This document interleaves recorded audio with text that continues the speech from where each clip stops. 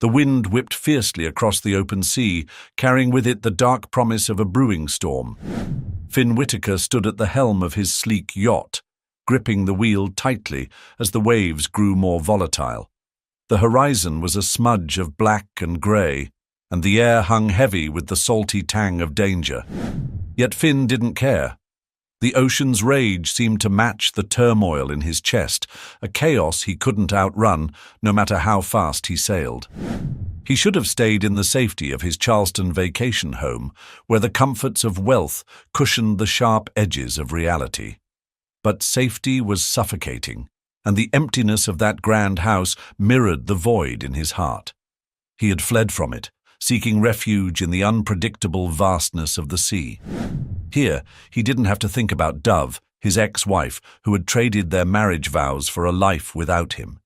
He didn't have to dwell on the words that still cut like knives. "You're broken, Finn. I can't stay with someone who can't even give me a family."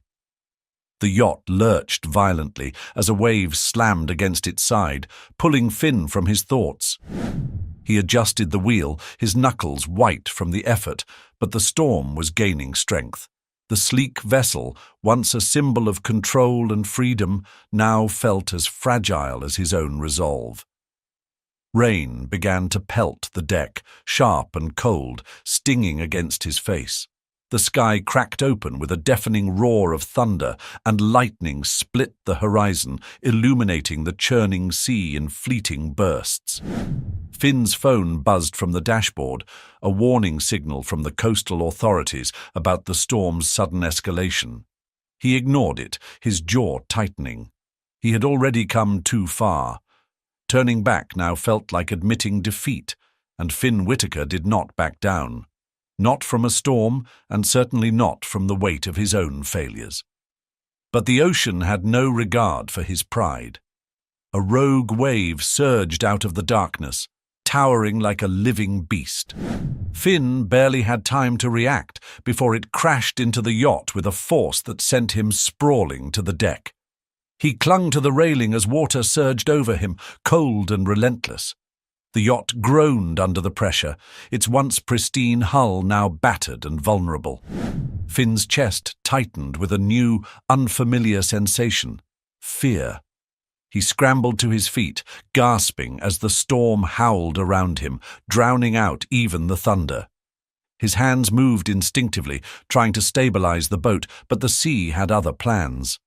The engine sputtered, its hum turning into a defeated cough before cutting out completely. The yacht was now at the mercy of the storm, and so was Finn. Another wave struck, and this time it was too much. The world tilted violently, and Finn was thrown overboard into the icy embrace of the ocean. His body hit the water like a rag doll, and the cold stole the breath from his lungs. Panic clawed at him as he struggled against the relentless current, his arms flailing for something, anything to hold on to. The storm raged on, indifferent to his plight, as Finn's vision blurred with exhaustion and salt water. Darkness crept in at the edges of his mind, the fight draining from his limbs. For a moment he thought this might be it, the end of the line for Finn Whitaker. But just as his consciousness began to slip away, a distant light flickered on the horizon. Finn's body drifted, half limp, as the storm carried him toward the faint glow in the distance. The light seemed impossibly far, a mere pinprick against the endless black sea, but it was enough to anchor the remnants of his will to survive. Each wave pushed him closer and closer to the edge of unconsciousness, until finally the storm began to relent. The ferocious winds softened into a mournful howl, and the sea's fury calmed to an uneven rhythm of waves. His body, battered and weak, was carried ashore by the shifting tides. The fine sand of the beach scratched against his face as the waves deposited him onto the shore like an offering. The storm's echo faded into the night, leaving only the distant murmur of thunder and the rhythmic crash of waves to fill the silence. Finn lay still, his chest rising and falling with shallow breaths, his mind a blur of pain and exhaustion. Morning broke with a soft, tentative light. The sun, pale and reluctant, began its slow ascent over the horizon, casting a golden hue over the coastline. Finn remained motionless, his once-tailored shirt torn and clinging to his soaked frame. His face was pale, his lips tinged blue from the cold. He might have remained there unnoticed, if not for the faint crunch of footsteps on the damp sand. Claire Hayes walked along the shoreline, her usual morning routine. The storm had churned the sea violently through the night, leaving debris and broken shells scattered across the beach. She clutched a fishing net slung over her shoulder, her boots sinking slightly into the soft sand with each step. The air was crisp, carrying the lingering scent of rain and salt. Her thoughts were focused on the tasks ahead, helping her father, Earl, repair the fishing boat damaged during the storm. It wasn't until she caught sight of a figure in the distance that she stopped abruptly. At first, she thought it might be driftwood, something the storm had cast ashore. But as she stepped closer, her stomach twisted. It wasn't driftwood. It was a man, unmoving and half buried in the sand, the water still lapping at his legs. "Hey!" she called, dropping her net and running toward him.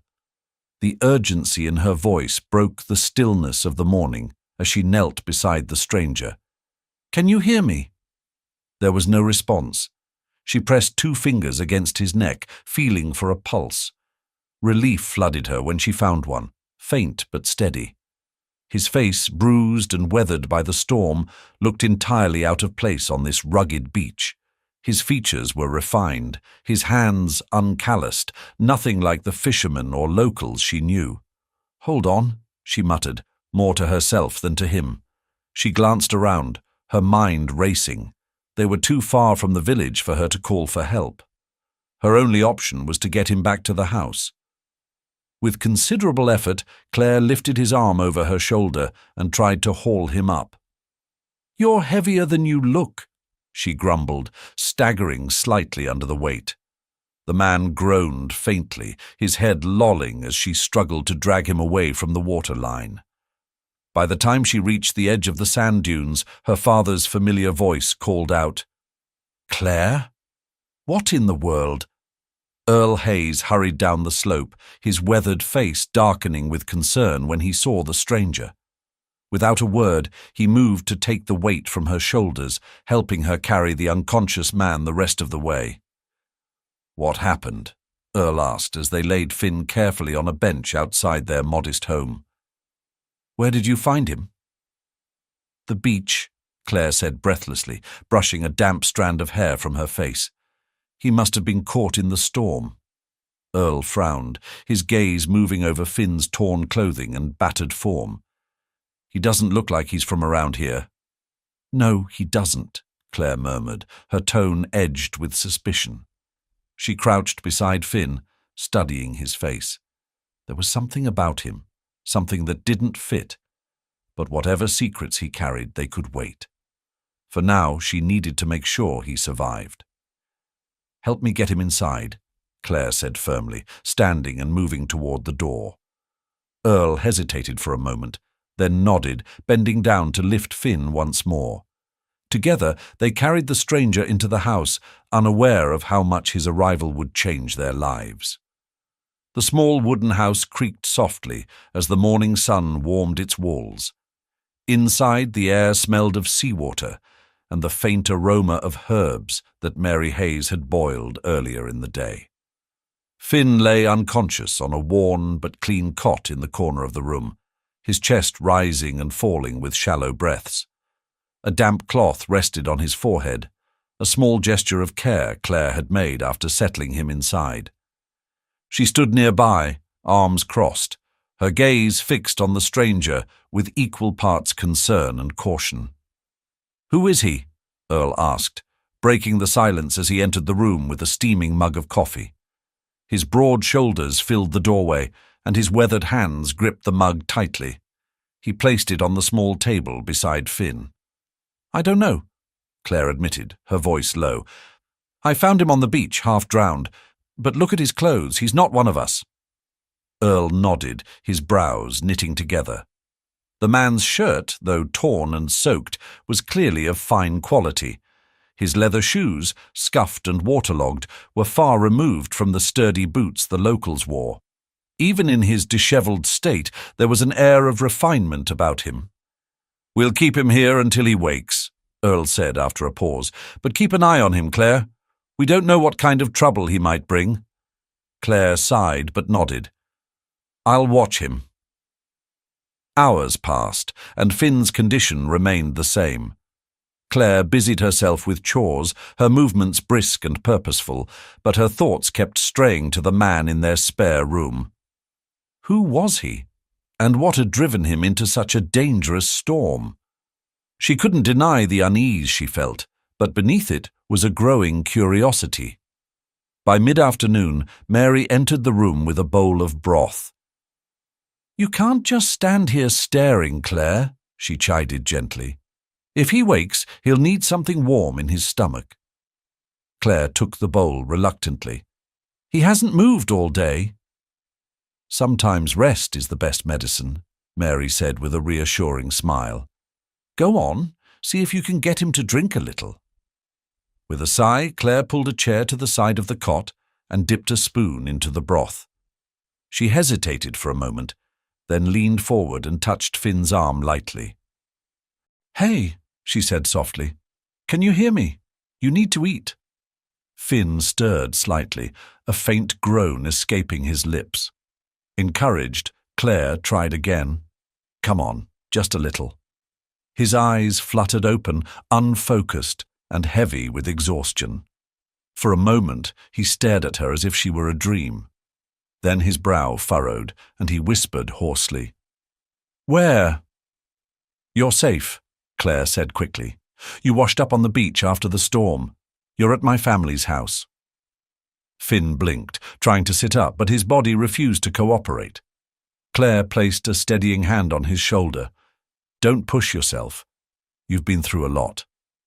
"Thank you," he murmured, his voice weak but sincere.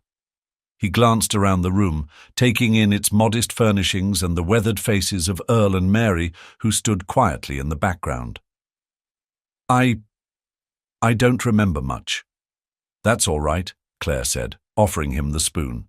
"Here, try this. It'll help." Finn accepted the broth with trembling hands, each sip a struggle. He felt the warmth spread through his chest, grounding him, but his thoughts were scattered, fragments of the storm flashing in his mind like shards of broken glass. The last thing he remembered clearly was the wave, a wall of water that had swallowed him whole. "What's your name?" Claire asked, her voice careful but firm. He hesitated, his throat tightening as if the truth was something fragile. "Finn," he said finally. "Finn Whitaker." Claire nodded, her expression unreadable. "Well, Finn, you're lucky to be alive." Finn met her eyes, something unspoken passing between them. A flicker of gratitude, perhaps, or the shared understanding of lives touched by the sea. Finn leaned back against the cot, the effort of speaking and eating leaving him visibly drained.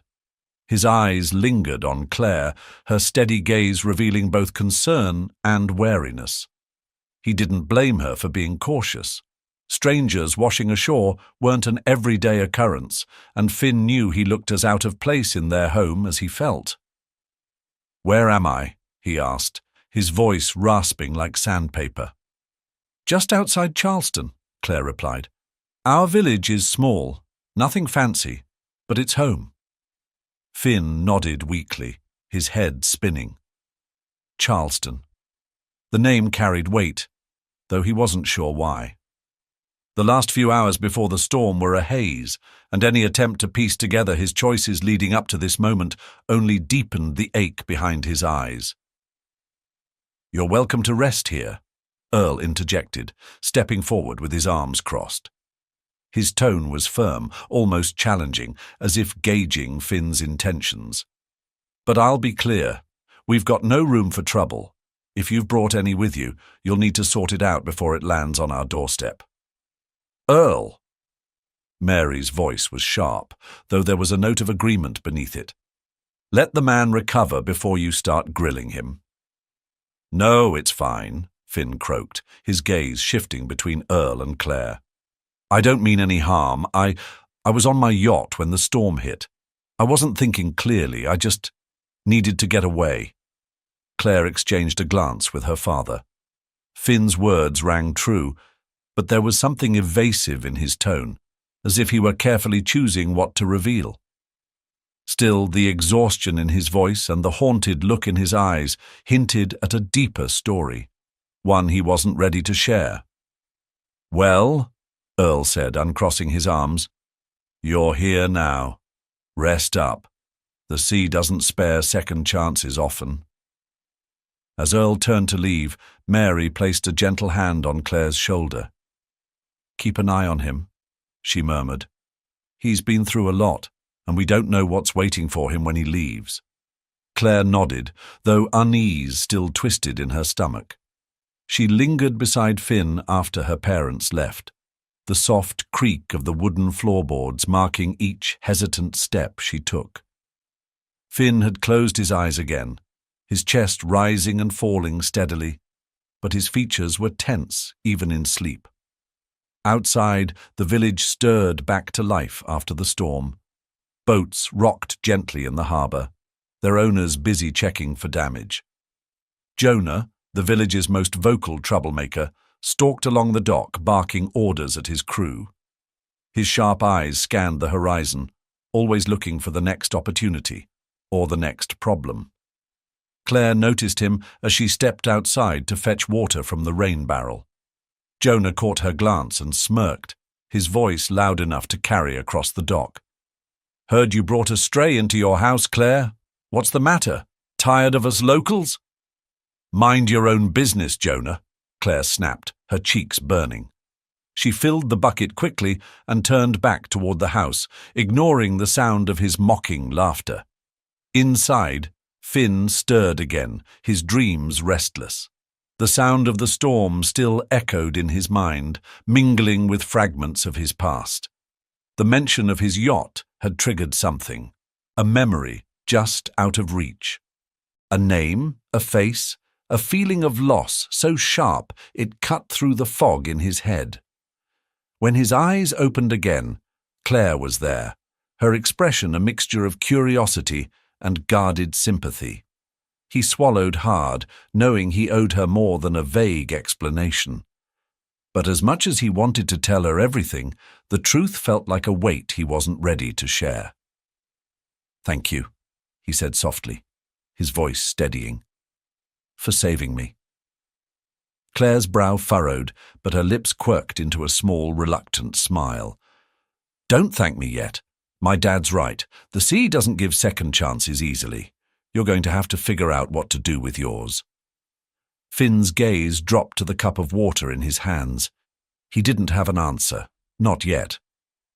But as he listened to the soft hum of life in the Hayes home, a spark of something unfamiliar stirred within him, a fragile but undeniable sense of hope. The morning in the village began with the steady rhythm of life returning to normal after the storm. Seagulls called overhead, their cries blending with the clatter of fishermen repairing nets and the soft lapping of waves against the docks. Finn sat outside the Hayes home, wrapped in an old woolen blanket, watching the village stir to life. His body still ached from the ordeal, but the fresh air and sunlight eased the heaviness in his chest. Claire appeared from the side of the house carrying a bucket of water. Her sleeves were rolled up and her hair was tied back in a loose braid, exposing the determination etched into her features. Finn noted how easily she moved, each step purposeful, her strength evident in every motion. "You look better today," she said, setting the bucket down by the door. "At least you're upright." "Feeling better," Finn replied, his voice still hoarse but steadier than the day before. "Thanks to your family." Claire gave a small nod, brushing off the gratitude. "You're lucky the storm brought you here, not somewhere worse. These waters can be unforgiving." Finn didn't reply immediately. His gaze wandered to the docks, where men worked on their boats, their laughter and shouts carrying across the breeze. It was a world so different from his own, one of calloused hands and shared burdens, where the weight of the sea was carried collectively. He wondered how he had ended up so far from this kind of life, trapped in a world of boardrooms and empty mansions. "Is it always like this?" he asked, nodding toward the bustling scene. "Everyone working together?" Claire glanced at the docks, her lips pressing into a thin line.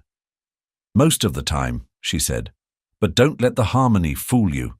There's always someone stirring trouble." As if on cue, a sharp voice cut through the air. "Well, if it isn't the stranger soaking up our hospitality." Finn turned to see a man approaching, his frame broad and imposing, with an air of arrogance that immediately set Finn on edge. The man's weathered face broke into a smirk as he stopped a few feet away, his arms crossed. "Jonah," Claire said flatly, her tone betraying no warmth. "What do you want?" Jonah shrugged, his smirk widening. "Just curious about your new friend. Didn't think you'd be taking in strays, Claire.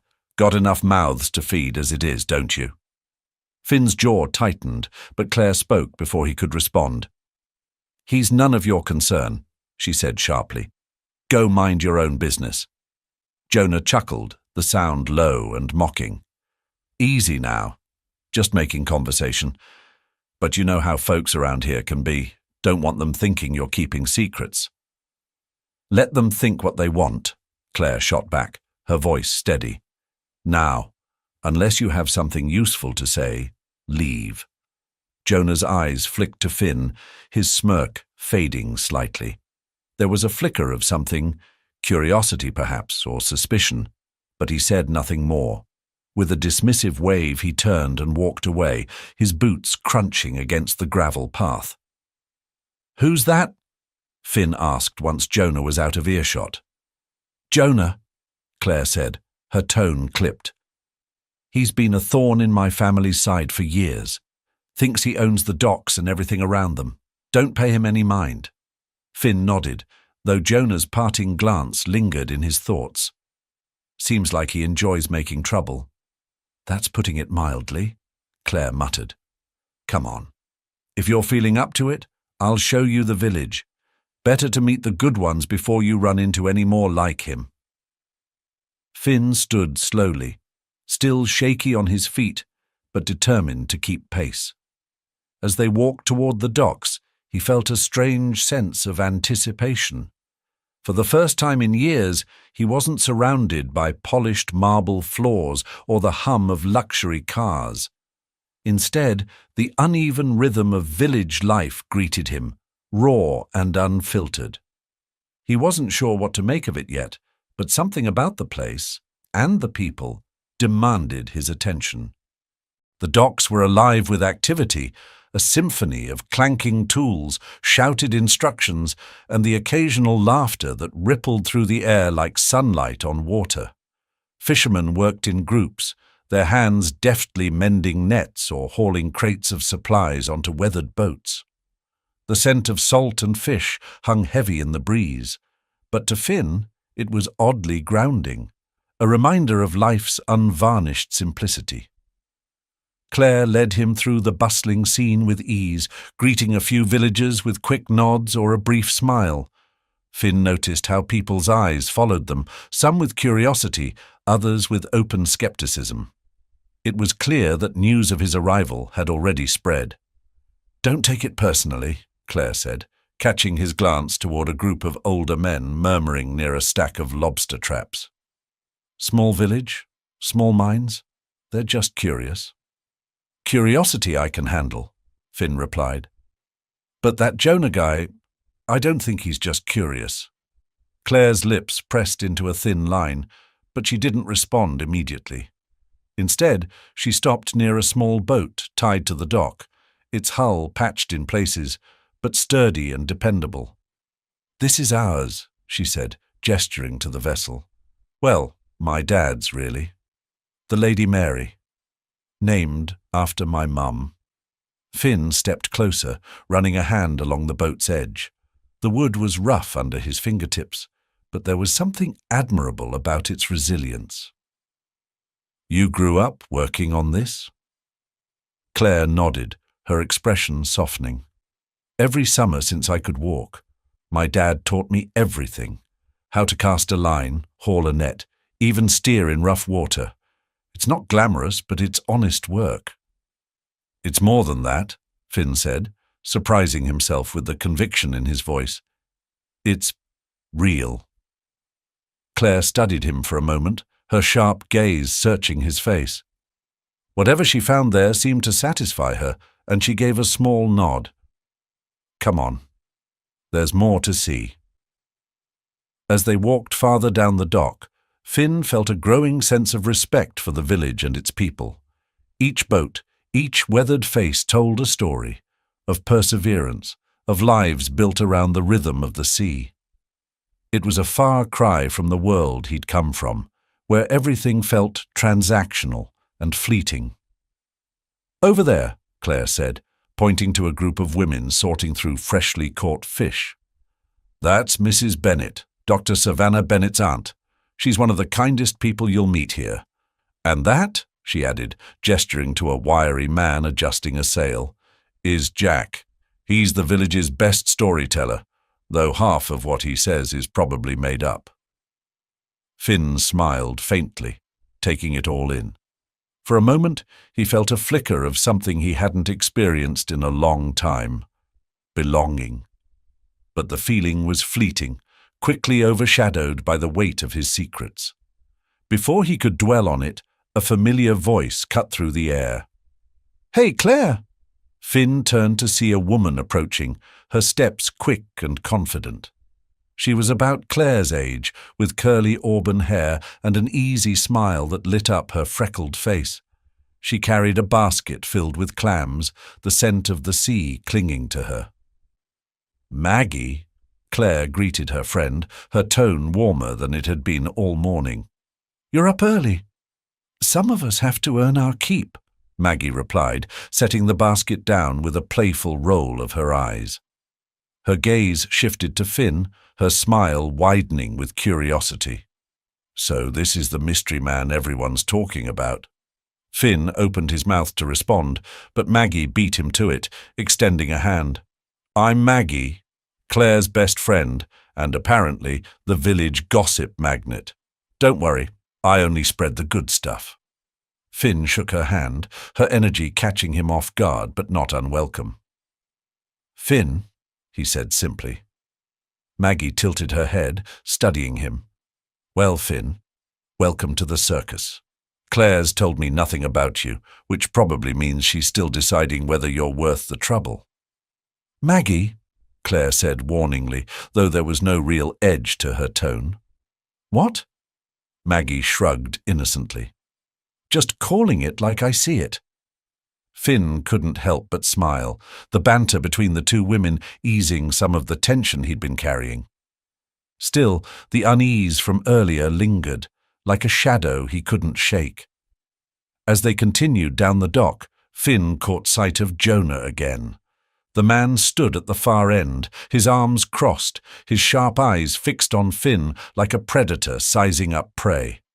Finn met his gaze for a moment before Jonah turned away, his expression unreadable. The encounter left a chill in Finn's chest, even as the warmth of the village surrounded him. He didn't know what Jonah wanted, but he was certain of one thing. Trouble was brewing, and it was only a matter of time before it found him. Earl's voice boomed from the side of the house as Finn stepped out into the crisp morning air. The older man was hunched over the stern of the Lady Mary, his weathered hands busy tying a knot as Claire sorted nets nearby. The boat, though modest, looked ready to face another day of hard labour. Finn hesitated for a moment, unsure if his presence would be welcome. "Morning," Earl called without looking up, his voice gruff but not unkind. "If you're feeling steady enough to stand, you're feeling steady enough to work." Finn blinked, caught off guard by the blunt invitation. Claire shot him a quick glance, her expression unreadable but slightly amused. "You'll need those hands," she said, nodding toward the boat. "We could use the help." Finn wasn't sure if it was an order or a challenge, but he found himself moving toward them, determined not to appear useless. "What do you need me to do?" Earl straightened, his sharp gaze sizing Finn up. "Start with these," he said, tossing him a coil of rope. "Secure the bowline. Make sure it's tight. Last thing we need is to lose the boat." Finn caught the rope awkwardly, the coarse fibers scratching his palms. The task seemed simple enough, but his inexperience showed as he fumbled with the knot. Earl sighed heavily, stepping over to demonstrate. "Here," he said, his tone impatient but instructive. "Like this." Finn watched closely as Earl's hands moved with practiced precision, tying the knot with ease. He tried again, mimicking the movements, and after a few attempts, managed to secure the line. It wasn't perfect, but it held. "Not bad," Earl muttered, giving the rope a firm tug. "Keep practicing. You'll get the hang of it." "Thanks," Finn said, surprised by the faint note of approval in the older man's voice. The morning passed in a blur of activity as Finn worked alongside Earl and Claire. The physical labor was demanding, each task a reminder of how far removed he was from this world. His muscles ached from hauling crates and coiling ropes, but he pushed through, driven by an unfamiliar sense of purpose. By mid-morning, the boat was ready to launch. Finn stood at the dock, watching as Claire hopped aboard with practiced ease. Earl followed, his movements slower but steady. "Well?" Earl called to Finn, his voice laced with a challenge. "You coming, or are you just here to look pretty?" Finn stepped forward, hesitating only briefly before climbing aboard. The boat rocked beneath him, the uneven motion unsettling at first, but he steadied himself against the railing.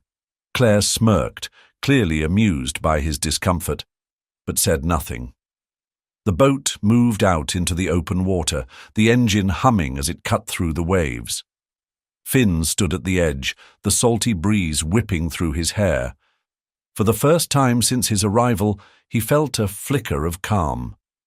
The sea, vast and unpredictable, reminded him of the storm that had nearly taken his life. But now it also felt like a place where he might begin to find himself again. "Stay focused," Claire said, interrupting his thoughts. She handed him a net, her tone brisk, but not unkind. "We're working these waters today. Just follow my lead." Finn nodded, gripping the net tightly as Claire began to demonstrate. Her movements were swift and efficient, honed by years of experience. He mirrored her as best he could, though his inexperience showed with every fumble. Despite his clumsiness, he noticed Claire didn't seem annoyed. If anything, she appeared almost patient, her sharp edges softening as she guided him. "You're not completely useless," she remarked after a while, her lips twitching in a faint smile. "Keep this up, and we might make a fisherman out of you yet." Finn chuckled, the sound surprising even himself. "Don't hold your breath." Claire shook her head, the ghost of a smile lingering as she turned back to her work. Finn followed her lead, the rhythmic task of casting and hauling the net gradually becoming less foreign. For a brief moment, it felt like they were simply two people working toward a common goal. No questions, no past, just the present. But the peace didn't last. A voice echoed across the water, sharp and unwelcome. "Well, look who decided to play fisherman." Finn turned to see another boat drifting closer, its engine humming loudly. At the helm was Jonah, his grin wide and mocking. "Didn't think you'd last this long," he called out, his tone dripping with sarcasm. Claire stiffened beside Finn, her jaw tightening. "Ignore him," she muttered, casting her net again. Jonah wasn't so easily dismissed. His boat pulled closer, the wake rocking the Lady Mary. "Careful out here, stranger," he said, his voice carrying an edge. "These waters aren't always friendly to outsiders." Finn met Jonah's gaze, his muscles tensing as the man's words sank in. It wasn't just a taunt, it was a warning. And Finn couldn't shake the feeling that Jonah's troublemaking wasn't over yet. Earl stepped forward from the stern of the Lady Mary, his weathered face set in a hard frown as he directed a sharp look at Jonah.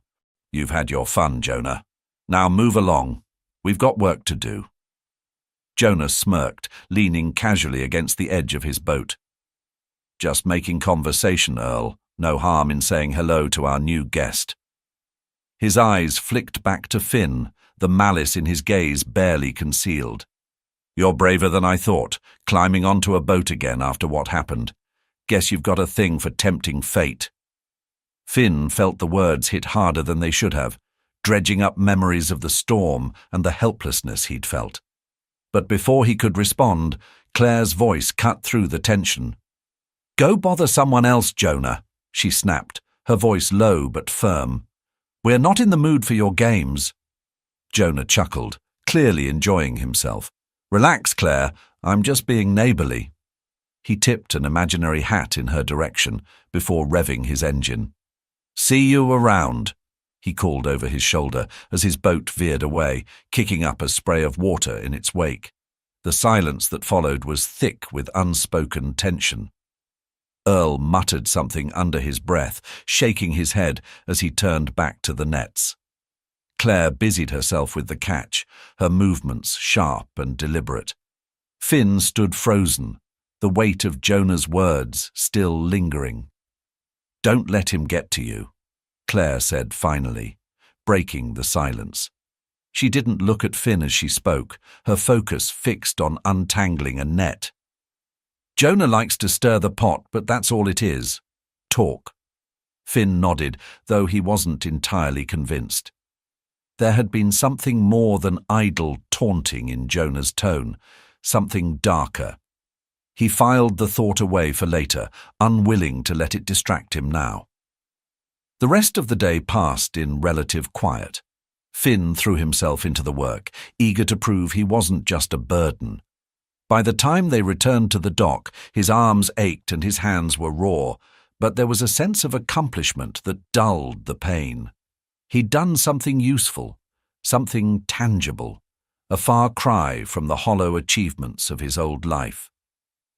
As they unloaded the catch, Claire glanced at him out of the corner of her eye. "Not bad for a first-timer," she said grudgingly. "You didn't fall overboard, at least." Finn chuckled, wiping the sweat from his brow. "High praise coming from you." Claire smirked but didn't reply, her attention shifting to Earl as he gave instructions to another fisherman. Finn took the opportunity to look around, his gaze landing on Jonah's boat at the far end of the dock.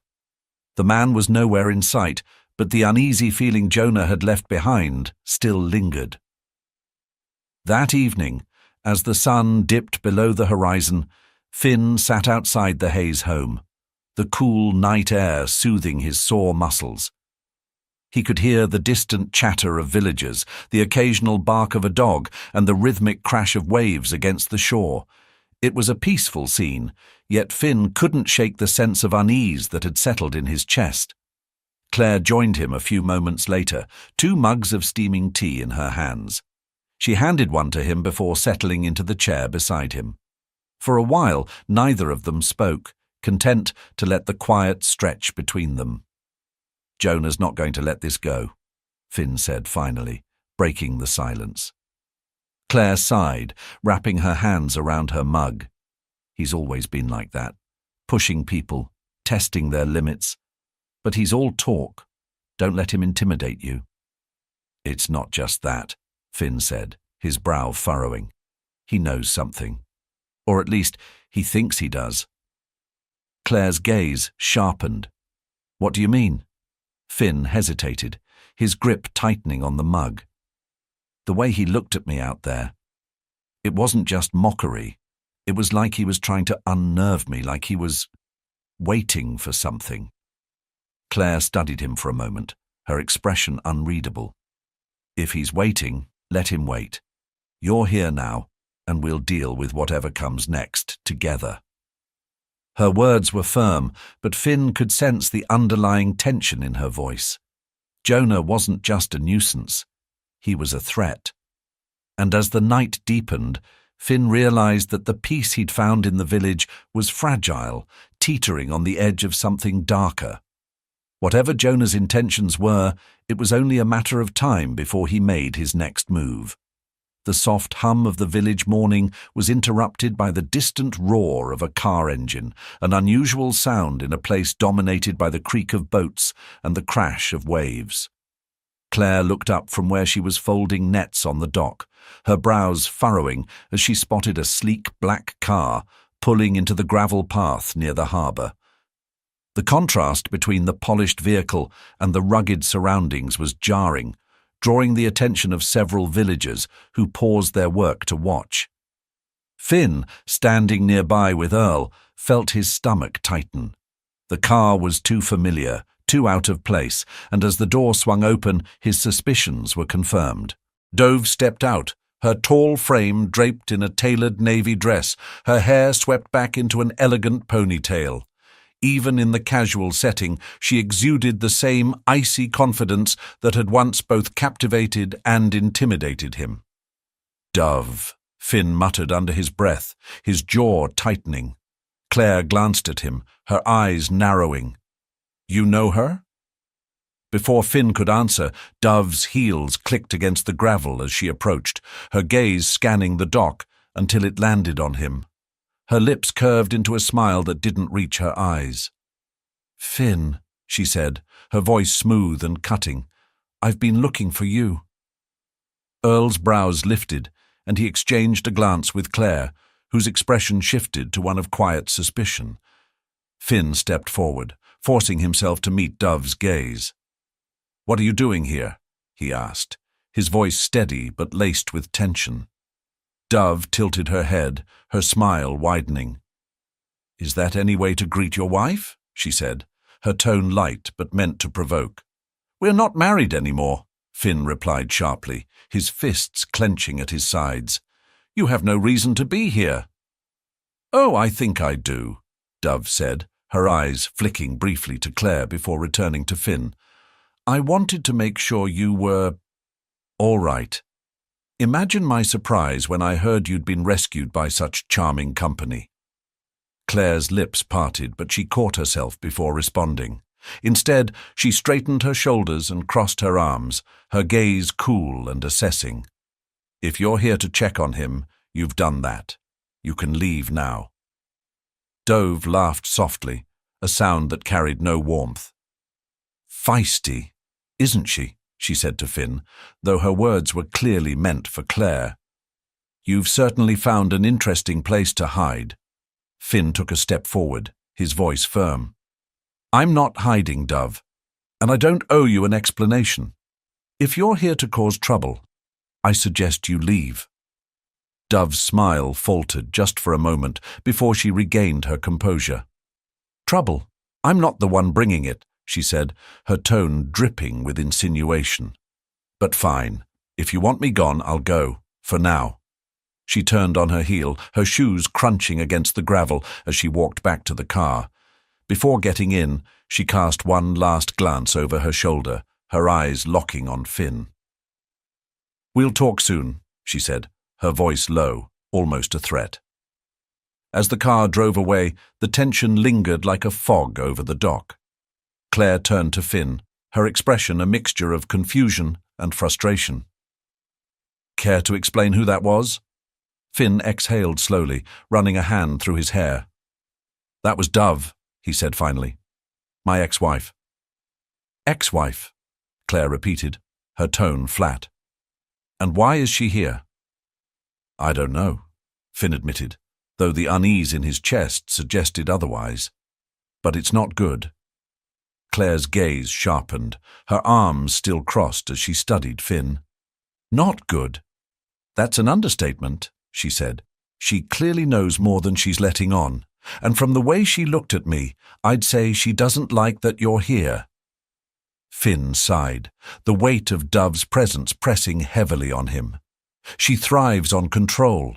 If she's here, it's because she thinks she can use this somehow. Use me. Earl, who had remained silent during the exchange, finally spoke, his voice gruff. And what exactly is she planning to use you for? You bring more than just your name to this village, don't you? Finn hesitated, his gaze dropping to the ground. The truth wasn't something he was ready to share. Not yet. It's complicated, he said, his voice low. But whatever it is, I'll handle it. Claire let out a dry laugh, shaking her head. You'll handle it? Like you handled her back there? She walked all over you, Finn. That's not fair, Finn replied, his tone defensive. You don't know what she's capable of. Maybe not, Claire said, stepping closer, her eyes blazing. But I do know one thing. People like her don't just show up for no reason. And if you're not honest with me about what's going on, I can't help you. Finn opened his mouth to respond, but no words came. The truth felt tangled, impossible to unravel in a single moment. He glanced at Earl, whose stern expression showed no signs of softening, and then back at Claire. I'll tell you, he said finally, but not here, and not now. Claire's jaw tightened, but she nodded. Fine, but sooner rather than later, Finn. We don't have the luxury of waiting. The sound of footsteps on the dock drew their attention. Maggie approached, her basket of clams swinging at her side, her brows furrowed in confusion. What's going on? She asked, looking between the three of them. I saw that fancy car drive off. Who was that? No one important, Finn said quickly, but Maggie's sharp eyes narrowed. No one important doesn't leave a storm cloud over you three, she said, setting her basket down. Come on. Spill Claire exchanged a glance with Finn, then sighed. His ex-wife. She just showed up out of nowhere. Maggie's eyes widened, then darted to Finn. Your ex-wife? Well, that explains the bad vibes. What does she want? We don't know yet, Claire said, her tone clipped. But she's not here for a friendly chat. Well, that's just great, Maggie said, folding her arms. As if Jonah wasn't enough of a headache, now you've got this. You sure know how to pick your battles, Finn. Trust me, I didn't pick this, Finn muttered, his frustration mounting. Maggie's expression softened slightly, and she nudged Claire with her elbow. Well, you'd better keep an eye on him. If his ex is half as bad as she looks, this won't be the last we hear of her. Claire nodded, though her focus remained on Finn. Agreed. But he needs to keep an eye on himself, too. We're not here to clean up his messes. Finn felt the weight of their words, but said nothing. As Maggie left to tend to her own business, Claire turned back to Finn, her voice softer now. You're not alone in this, Finn. But if you want us to help, you have to let us in. No more half-truths. Finn swallowed hard, the sincerity in her tone cutting through his defenses. I will, he said. I promise. The rest of the day passed in a haze of unease. Finn couldn't shake the feeling that Dove's arrival was just the beginning of something larger, something he couldn't yet see. That night, as he lay on the small cot in the Hayes' spare room, his mind raced with thoughts of the storm, Jonah, and now Dove. Each piece felt like part of a puzzle he was desperate to solve but couldn't. Outside, the ocean's waves crashed steadily against the shore, a reminder of the relentless forces beyond his control.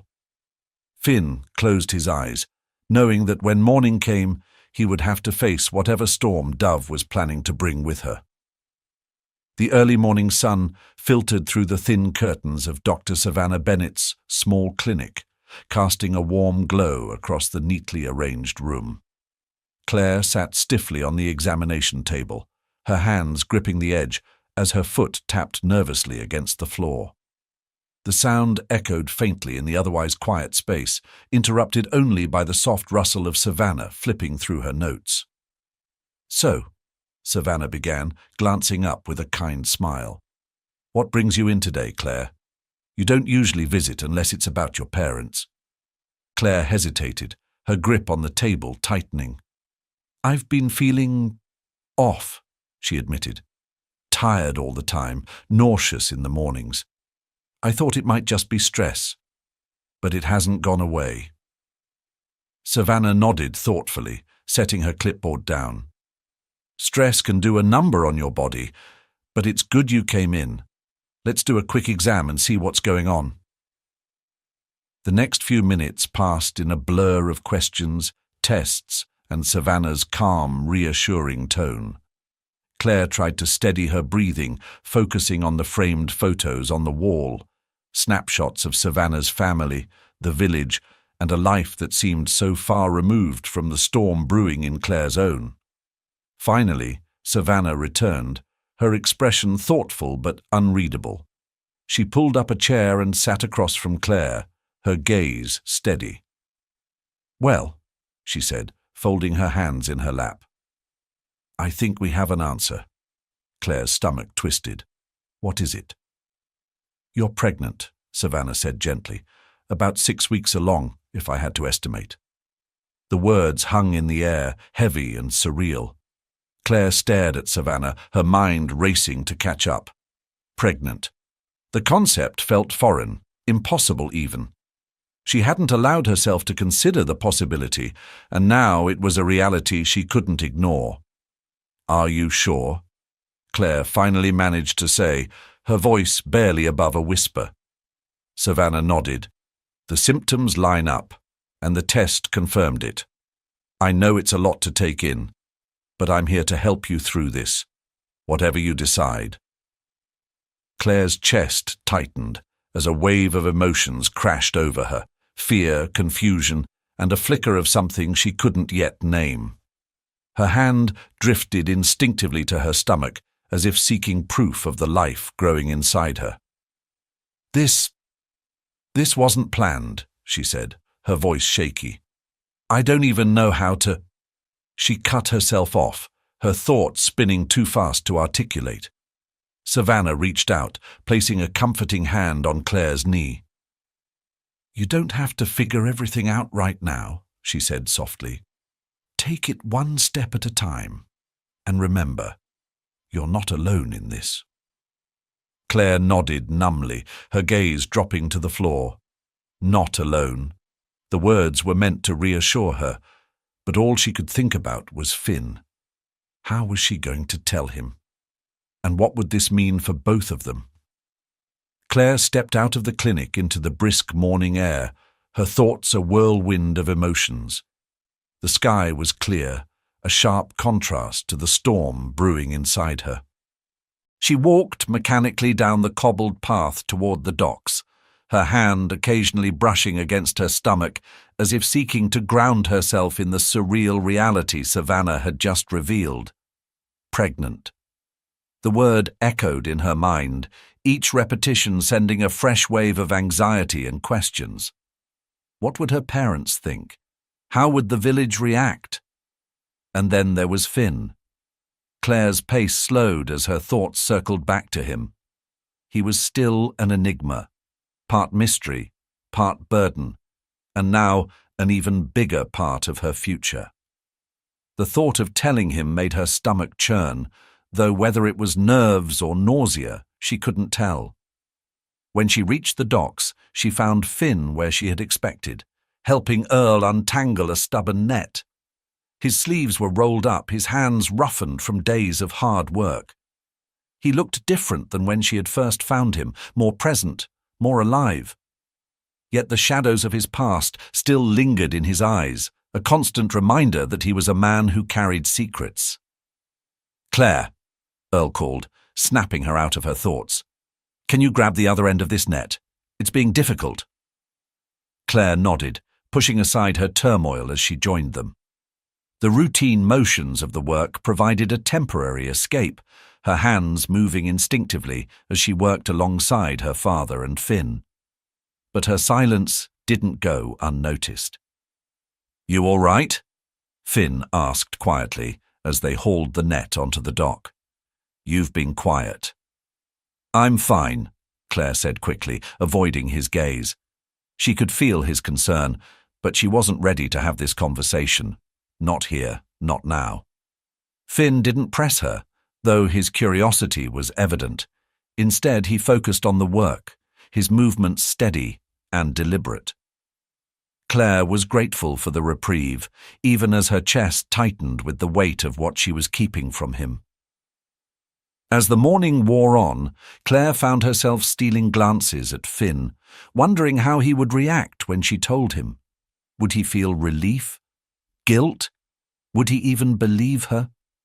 The uncertainty gnawed at her, making the task of speaking the truth feel monumental. After the work was done, and Earl had left to check on another boat, Claire and Finn lingered on the dock, the silence between them heavy with unspoken words. The sun was high now, its warmth battling the cool breeze that swept in from the sea. Finn leaned against the railing, his gaze fixed on the horizon. "You've got something on your mind," he said finally, his voice low but steady. "What is it?" Claire hesitated, her heart pounding. This was the moment she'd been dreading, yet there was no way to avoid it any longer.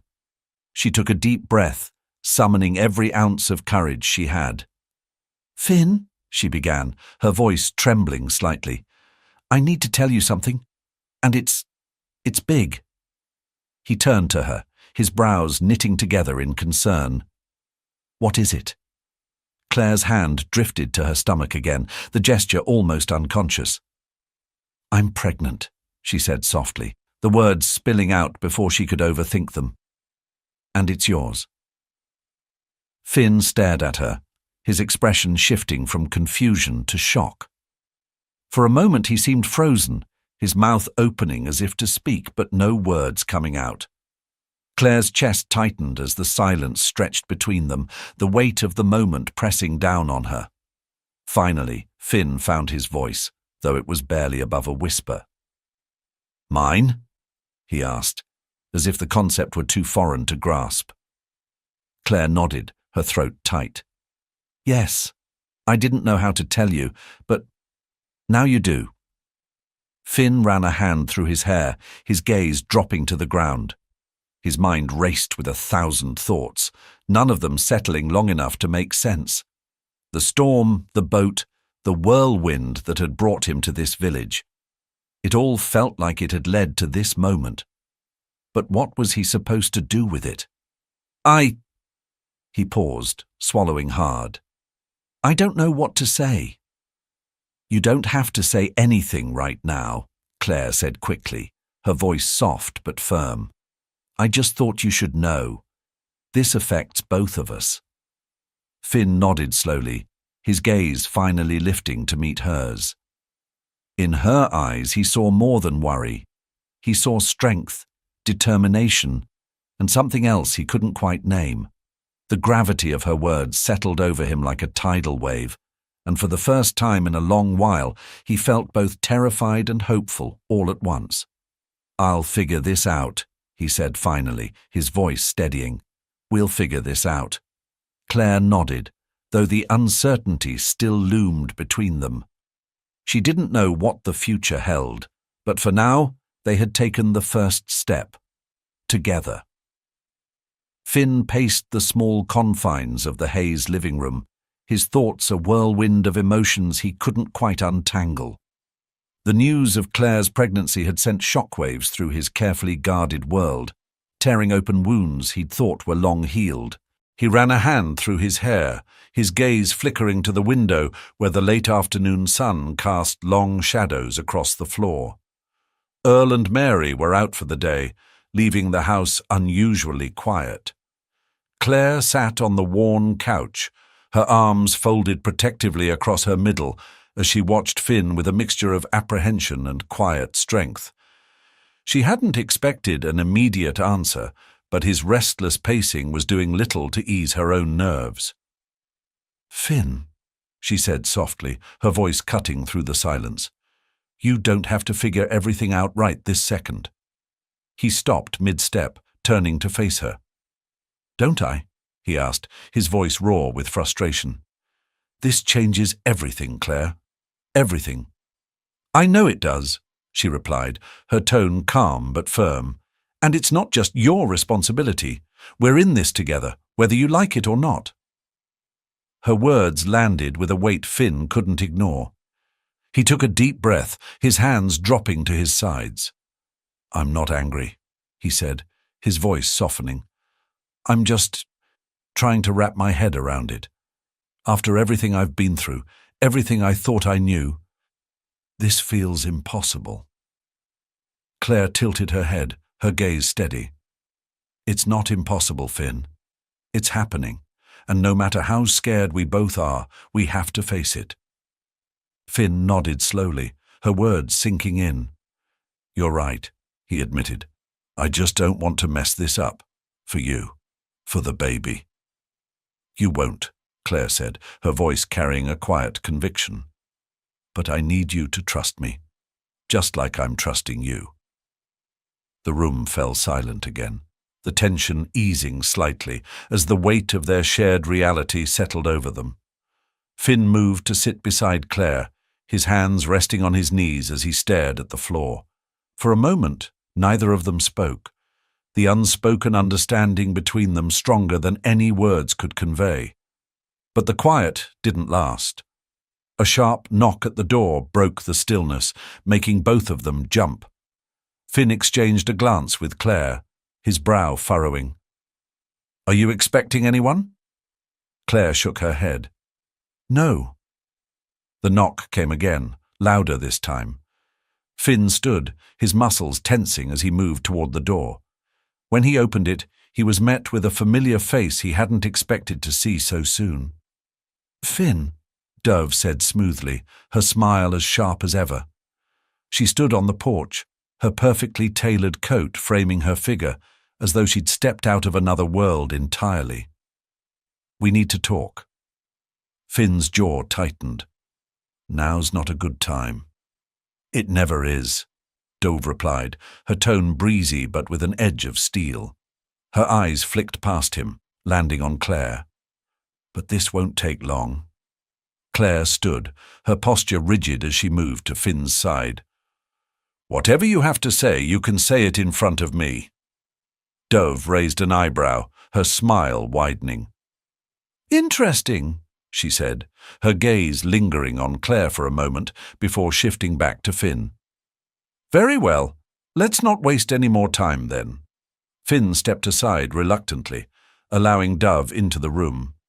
The tension was palpable as the door clicked shut behind her. Whatever Dove had come to say, Finn knew it wouldn't be good. Dove stepped into the room as if she owned it, her eyes scanning the modest surroundings with thinly veiled disdain. She walked to the center, her heels clicking against the wooden floor, and turned to face Finn and Claire with a look of practiced composure. This is charming, Dove said, her tone dripping with condescension. A far cry from the penthouse views, isn't it, Finn? Get to the point, Dove, Finn said, his voice low and controlled. He positioned himself slightly in front of Claire, as though instinctively shielding her from whatever venom Dove intended to unleash. Dove's smile didn't falter. If anything, it grew sharper. Always so impatient, she said. Fine, I'll cut to the chase. Your little disappearing act has caused quite a stir, Finn. Do you have any idea what's happening back in New York? Finn's jaw tightened, his silence speaking volumes. Of course, he had an idea. His departure had left loose ends. But he wasn't about to let Dove use that against him now. I'll take that as a no, Dove continued smoothly, her gaze flicking to Claire. Let me enlighten you. Your so-called trusted partners are circling like vultures. The company you built, the empire you poured your life into, it's crumbling without you. And yet here you are, playing fisherman in the middle of nowhere. That's none of your concern, Finn said, his tone cutting. I walked away from all of that for a reason. Dove tilted her head, feigning curiosity. Oh, I'm sure you had your reasons. But let me remind you of something. You don't get to just walk away. The world you left behind has consequences, And they're catching up with you.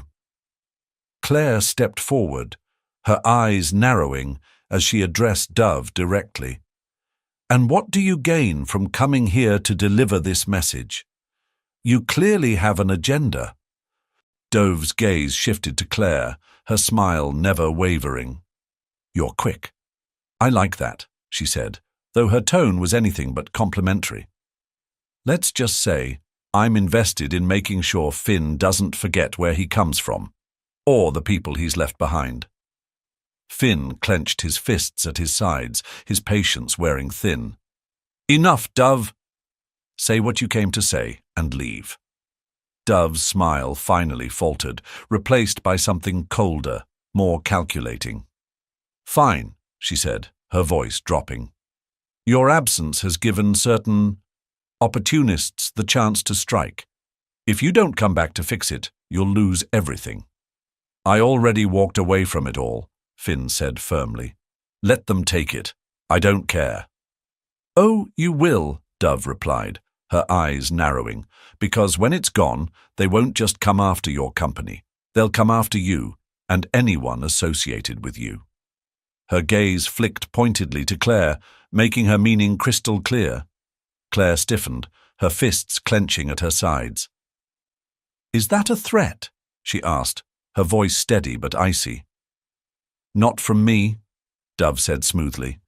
But from the people Finn left behind? Absolutely. You have no idea what he's tied to, do you? That's enough. Finn's voice rose, his anger breaking through the surface. You don't get to walk in here and use threats to get what you want. Dove shrugged, her expression unreadable. Consider this a warning, she said, heading for the door. Clean up your mess, Finn, or someone else will. With that, she opened the door and stepped out, leaving a heavy silence in her wake. Finn turned to Claire, his face a mixture of frustration and regret. Claire, Save it, Claire said, holding up a hand. Her voice was steady, but her eyes betrayed her anger. You need to start telling me the truth, Finn. All of it. Because whatever you left behind, it's not just your problem anymore. It's ours. Finn felt the weight of her words settle over him like a storm cloud. She was right. There was no running from this. Not anymore. And as he stared at the closed door, he knew that Dove's visit was just the beginning. Whatever was coming, it would test everything, his past, his resolve, and the fragile trust he was trying to build with Claire. Finn sat on the edge of the Hayes porch as twilight settled over the village, the sky painted in hues of deep purple and gold. The weight of Dove's words pressed heavily on his chest, each breath feeling tighter than the last. The distant sound of waves breaking against the shore usually brought him a strange sense of calm, but tonight it only reminded him of the growing chaos he couldn't escape. Inside the house, he could hear Claire and Mary speaking in hushed tones. He hadn't been able to meet Claire's gaze since Dove had left. Her words still echoed in his mind. You need to start telling me the truth, Finn. All of it. She was right. He owed her that much. But where would he even begin? His past was a minefield, and one misstep could destroy everything they were trying to build. The creak of the porch steps pulled him from his thoughts. Earl emerged from the shadows, a pipe clenched between his teeth, his weathered face unreadable in the dim light. He leaned against the railing, studying Finn in silence before finally speaking. You're carrying something heavy, son, Earl said, his voice low but firm. And it's spilling over onto my family. Finn stiffened, his gaze fixed on the horizon. I didn't mean for any of this to happen. Meaning don't change the fact that it did, Earl replied, taking a long draw from his pipe. I'm not asking for details. I've lived long enough to know when a man's tangled up in things he'd rather forget. But you need to figure out where you stand, and fast, because if you don't, someone else will decide for you. Finn nodded slowly, his throat tightening. He appreciated Earl's directness, even if it cut close to truths he wasn't ready to face. "I'm trying," he said, his voice barely audible. "I just don't know if I can fix it." Earl turned to him, his eyes sharp and unwavering. "You've already survived one storm, haven't you? Don't tell me you're going to let another one drown you before it even hits." Finn opened his mouth to respond, but the sound of Claire's voice calling from inside cut him off. "Dinner's ready." Earl gave him a pointed look before heading back inside, leaving Finn alone with his thoughts once more. He took a deep breath, the cool night air filling his lungs, and stood to follow. The atmosphere at the dinner table was tense but civil. Mary attempted to fill the silence with light conversation, commenting on the day's catch and the calm weather forecast for tomorrow. Earl grunted in agreement, his focus on his plate, while Claire remained quiet, her eyes fixed on the food she was barely touching. Finally, Finn cleared his throat, breaking the uneasy quiet. "I'll be leaving tomorrow," he said, his voice steady but resolute. The statement drew everyone's attention. Claire's fork clattered against her plate as she looked up, her brow furrowing. "What?" "I need to go back to New York," Finn explained, "to deal with what Dove was talking about. If I don't, it'll only get worse." Claire's eyes searched his face, frustration and disbelief flashing across her features. "So what? You're just going to leave? After everything?" Finn met her gaze, his expression apologetic but firm. "I'm not abandoning you, Claire. I'm trying to protect you. If I don't take care of this, it could come back here, and I won't let that happen." "And what if you can't stop it?" Claire shot back. "What if going back just makes it worse?" "I have to try," Finn said simply. "I owe it to you, and to myself." Claire pushed her chair back abruptly, the scrape of wood against the floor echoing through the room. Without another word, she left the table and walked out the door, the slam reverberating in the quiet house. Earl and Mary exchanged a glance but said nothing. Finn sat frozen, the weight of Claire's reaction settling heavily on his chest. He knew she was angry, and she had every right to be. But deep down, he also knew this was the only way forward. Finn sat in silence for a long moment, the tension in the room palpable. Earl cleared his throat, leaning back in his chair. "She'll cool off," he said, though his tone was more contemplative than reassuring. "But you'd better have a plan when she does." Mary, ever the calming presence, reached across the table and patted Finn's hand. "She's scared," she said gently. "And so are you. But running back to that world of yours won't solve everything. Be sure you're not just running to fight shadows." Finn nodded, though the knot in his chest only tightened. He muttered a quiet thanks and excused himself from the table.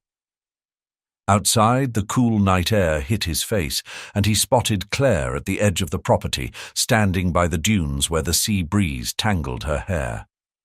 For a moment, he considered giving her space, but something told him they needed to talk now, before the growing distance between them became insurmountable.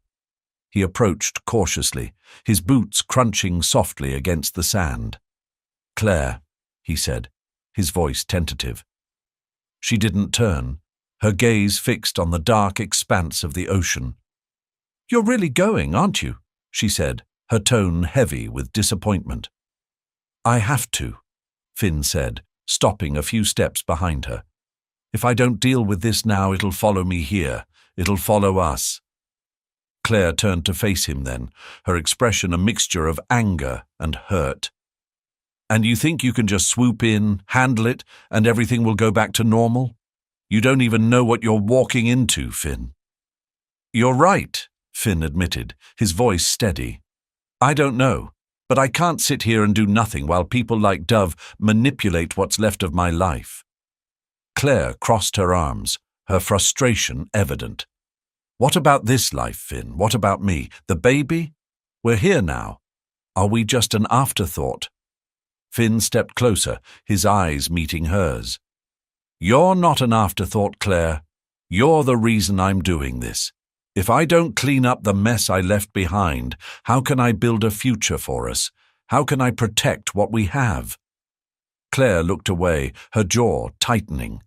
She wanted to believe him, but the fear of being left behind again gnawed at her. "And what if you don't come back?" she asked quietly. "I will," Finn said, his voice firm. "I don't know how long it'll take, but I'll come back. I promise."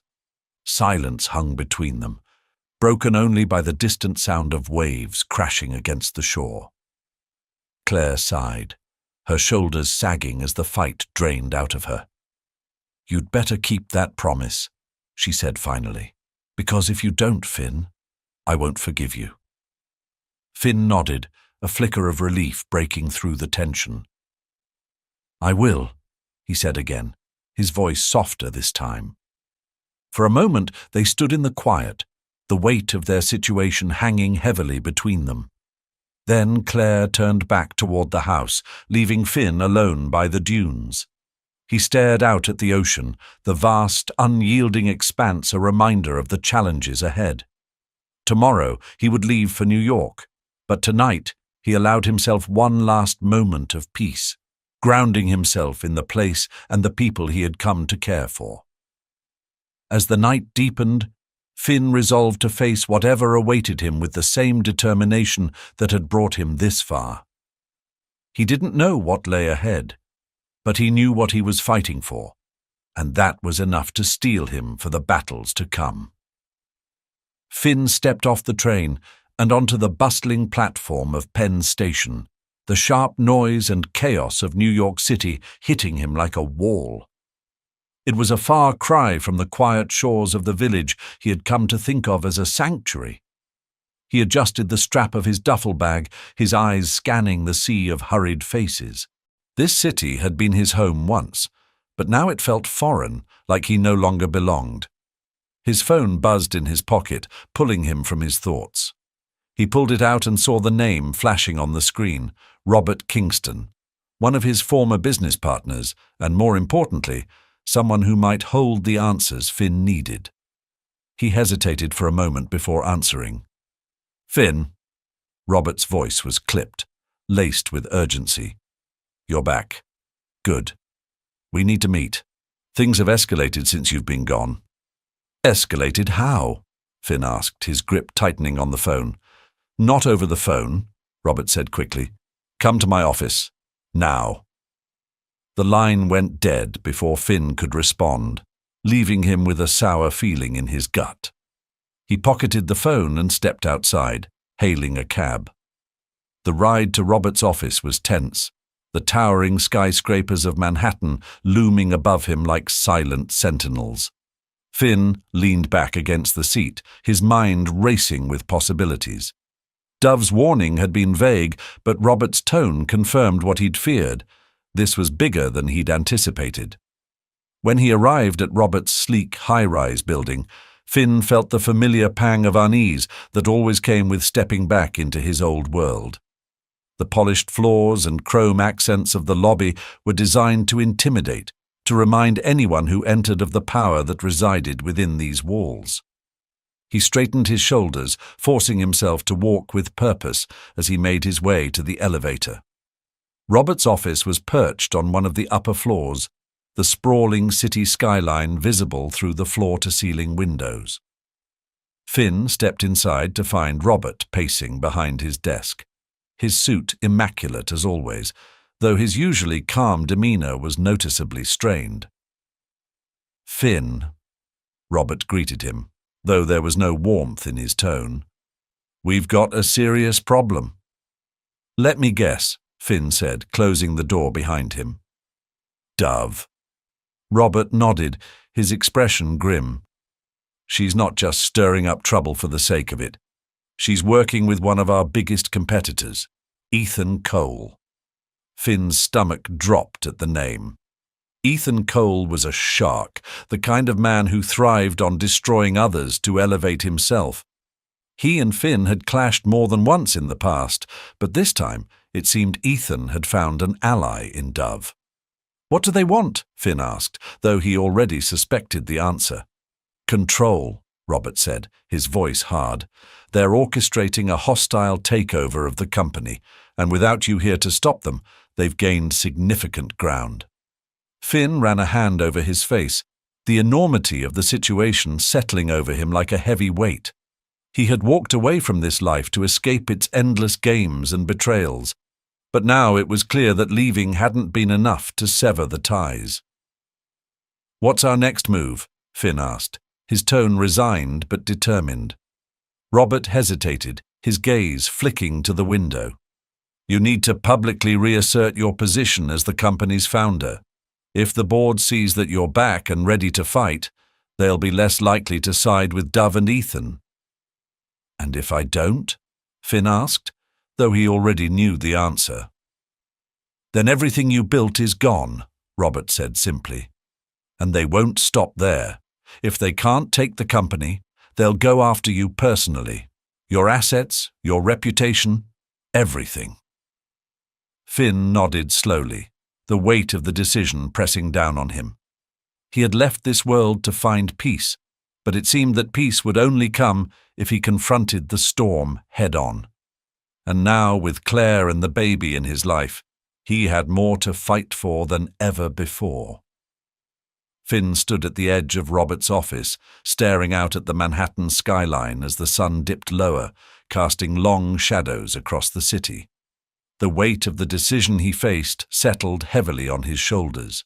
He'd spent so much time trying to escape this world, its relentless ambition and cutthroat politics, but now it was clear there was no running from it, not if he wanted to protect the life he was trying to build. Turning back to Robert, he took a deep breath. I'll do it, he said, his voice firm. I'll reassert my position, but I'm not doing it alone. If Dove and Ethan are working together, we need to know their next move. Robert nodded, relief flickering across his face. I've already started gathering intel. We've got people watching Ethan's team, but Dove is harder to pin down. She's too smart to leave a trail. Finn clenched his jaw, frustration simmering beneath his resolve. Dove had always been a step ahead, her mind sharp and her motives unpredictable. She thrived on chaos, and now she was using it as a weapon against him. If we can't find her, we focus on Ethan, Finn said. Cut him off before he can gain more ground. Robert smirked faintly, his confidence returning. That's the Finn Whitaker I remember. The comment stung more than it reassured him. He didn't want to be that person anymore, the man who thrived on power plays and manipulation. But for Claire, for their future, he would step back into the role, no matter how much it cost him. The next morning, Finn walked into the company headquarters, his presence immediately commanding attention. The reception area was abuzz with whispers as employees glanced at him, their expressions a mix of curiosity and unease. His absence had created a vacuum, and his sudden return was a shock to everyone. As he stepped into the boardroom, the air felt thick with tension. The board members were already seated, their conversations halting as Finn entered. At the head of the table sat Ethan Cole, his sharp features twisted into a smug grin that made Finn's blood boil. "Well, well," Ethan said, leaning back in his chair. "Look who decided to grace us with his presence. Took you long enough, Whitaker." Finn ignored the jab, his gaze sweeping over the room. "I'm here to set the record straight," he said, his tone steady but commanding. "This company was built on my vision, my work. I may have stepped away, but don't think for a second that means I've lost control." Ethan chuckled, feigning amusement. "Bold words, but actions speak louder, don't they? And from where I'm standing, you've been absent for quite some time." "That ends today," Finn said sharply. He turned to the board members, his voice firm. "I'm reclaiming my position as CEO, effective immediately." The room erupted in murmurs, the board members exchanging uneasy glances. Ethan's grin faltered, his eyes narrowing as he realized Finn wasn't bluffing. "You can't just walk back in and take over," Ethan said, his tone hardening. The board. The board will do what's best for the company, Finn interrupted, his gaze locking with Ethan's. And what's best for the company is not handing it over to someone like you. A heavy silence fell over the room, the tension crackling like static. Ethan's jaw tightened, but he said nothing, his confidence clearly shaken. Finn turned to Robert, who nodded subtly, signaling his support. "This isn't over, Whittaker," Ethan muttered as he stood, pushing his chair back with more force than necessary. He stormed out of the room, leaving the board members to exchange wary looks. Finn exhaled slowly, the adrenaline coursing through him as he turned back to the table. "I know my absence has caused uncertainty," he said, addressing the room, "but I'm back now, and I intend to make sure this company thrives. I need your trust to make that happen." One by one, the board members nodded, their expressions softening. It wasn't full approval, but it was enough for now. Finn left the meeting with his position secured, but he knew the fight was far from over. That evening, Finn returned to his hotel room, exhaustion weighing heavily on him. He pulled out his phone and stared at the screen, his finger hovering over Claire's name. After a moment, he pressed call. She answered on the second ring, her voice hesitant. "Finn?" "It's me," he said, his voice soft. "I just wanted to let you know. I took the first step. I'm back in control." There was a pause on the other end, and then Claire sighed. "That's good," she said, though her tone was cautious. "But it's not just about control, Finn. It's about knowing when to walk away for good." "I know," Finn said, his throat tightening. "I'm not doing this because I want to stay. I'm doing it so I can leave, for real this time." Claire was silent for a moment before she replied. "Then you'd better be sure, Finn. Because the longer you stay, the harder it'll be to let go." Finn nodded, even though she couldn't see him. "I will," he promised. "I'm coming back. To you. To the baby. To our future." The call ended, but her words lingered in his mind. He had taken the first step toward fixing the mess he'd left behind, but the road ahead was still uncertain. For now, all he could do was keep moving forward, one battle at a time. The village was bathed in the soft glow of early evening as Claire stood near the shoreline, her gaze fixed on the horizon. The rhythmic crash of the waves filled the silence around her, but it did little to soothe her thoughts. Days had turned into weeks since Finn had left for New York, and though she tried to focus on the life growing inside her, the uncertainty of his return weighed heavily on her heart. Maggie approached from the path leading to the docks, her hands tucked into the pockets of her jacket. "You've been out here a lot lately," she said, her voice light but edged with concern. "Looking for something?" Claire turned slightly, offering her friend a faint smile. "Just thinking." Maggie raised an eyebrow, stepping closer. "Thinking or worrying?" "Both," Claire admitted with a soft sigh. "It's hard not to. Finn's out there trying to fight battles I don't even fully understand, and I'm here wondering if he's coming back at all." Maggie placed a hand on Claire's arm, her touch warm and reassuring. "He'll come back. I don't know him as well as you do, but he doesn't strike me as the type to make promises lightly." Claire wanted to believe that, but the doubt lingered. Finn's world was so different from hers, filled with complexities and dangers that she couldn't begin to comprehend.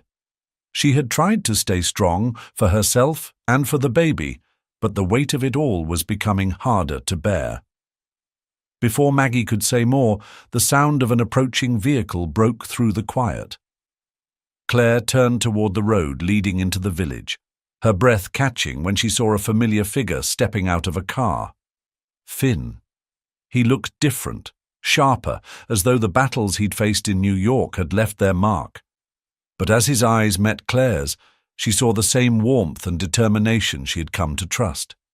He walked toward her with purpose, his steps quick but measured, as if he couldn't get to her fast enough. "Finn," Claire said, her voice a mixture of relief and restrained emotion. "I'm back," he said simply, stopping a few feet in front of her.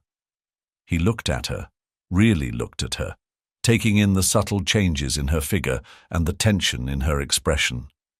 "And I'm staying." Maggie, sensing the need for privacy, gave Claire's arm a quick squeeze before retreating back toward the village. Claire stepped closer to Finn, her hands resting lightly on her stomach. "Are you sure?" she asked, her voice steady but searching. "No loose ends? No more running?" Finn shook his head, his eyes never leaving hers. "It's done," he said firmly. "Dove and Ethan are out. The company's safe, and I've handed over control to Robert. I'm not going back. Not now. Not ever." Claire studied him for a moment, her eyes softening as his words sank in. She could see the truth in his expression, the weight he had carried now lifted. "You really mean it," she said quietly. "I do," Finn replied, his voice steady with conviction. "This is where I want to be, with you, with our family." The tension that had been building in Claire's chest finally eased, replaced by a cautious but growing sense of hope. She reached for his hand, lacing her fingers with his. "Then let's make it work," she said softly, her voice carrying both a challenge and a promise. Finn nodded, his grip on her hand firm. "We will," he said, and for the first time in weeks he felt like he was exactly where he was meant to be. The days that followed Finn's return were a blur of activity as the village prepared for the small but heartfelt wedding he and Claire had decided upon. The idea of a grand ceremony was quickly dismissed. Neither of them wanted anything extravagant. Instead, they chose something intimate, with the sea as their backdrop and the people who had come to mean so much to them by their side. Earl worked tirelessly to repair the Lady Mary, which would serve as the centerpiece of the ceremony, anchored just off the shoreline. The boat, weathered but strong, was a symbol of the life Finn was embracing, a life built on resilience and simplicity. Mary coordinated the food with the help of other villagers, her kitchen a whirlwind of activity and laughter as she baked loaves of fresh bread and prepared hearty dishes from the sea. Maggie, of course, took charge of decorations.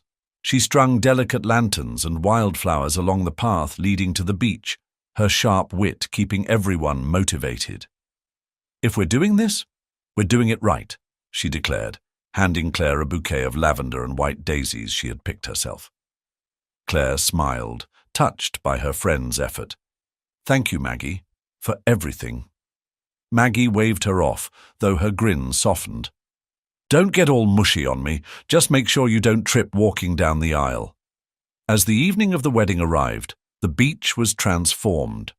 The soft glow of lanterns illuminated the shoreline, casting warm light on the small gathering of villagers who had come to celebrate. A gentle breeze carried the scent of salt and flowers, mingling with the low hum of conversation and laughter. Finn stood near the water's edge, his heart pounding in a way he hadn't expected. He smoothed the collar of his crisp white shirt, his fingers brushing over the cufflinks Earl had lent him. The older man stood nearby, his expression unreadable, but his presence reassuring. "She's ready," Maggie's voice called from behind, and Finn turned to see Claire approaching. She was radiant, her simple white dress flowing like water with each step. Her hair was loosely braided, small wildflowers woven into the strands.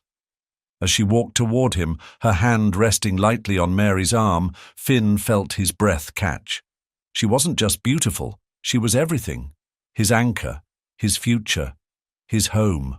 When Claire reached him, she smiled softly, her eyes shining with emotion. Finn reached for her hands, his grip firm but gentle as he drew her closer. For a moment, the world around them faded, leaving only the two of them standing together at the edge of a new beginning. The ceremony was simple and heartfelt, with Earl officiating in his gruff but endearing way. The vows they exchanged were raw and honest, each word carrying the weight of the journey that had brought them to this moment. As Finn slid the simple silver band onto Claire's finger, he felt a sense of completeness he hadn't thought possible. When the ceremony ended, the villagers erupted into cheers, their joy infectious as they toasted the newlyweds. Finn and Claire laughed and danced barefoot on the sand, the soft glow of the lanterns reflecting in their eyes. For the first time in what felt like forever, Finn wasn't looking back or ahead. He was fully present, immersed in the life they were building together. As the night deepened and the guests began to drift away, Finn and Claire sat together on the deck of the Lady Mary, the waves lapping gently against the boat. Finn wrapped an arm around Claire, pulling her close as she rested her head on his shoulder.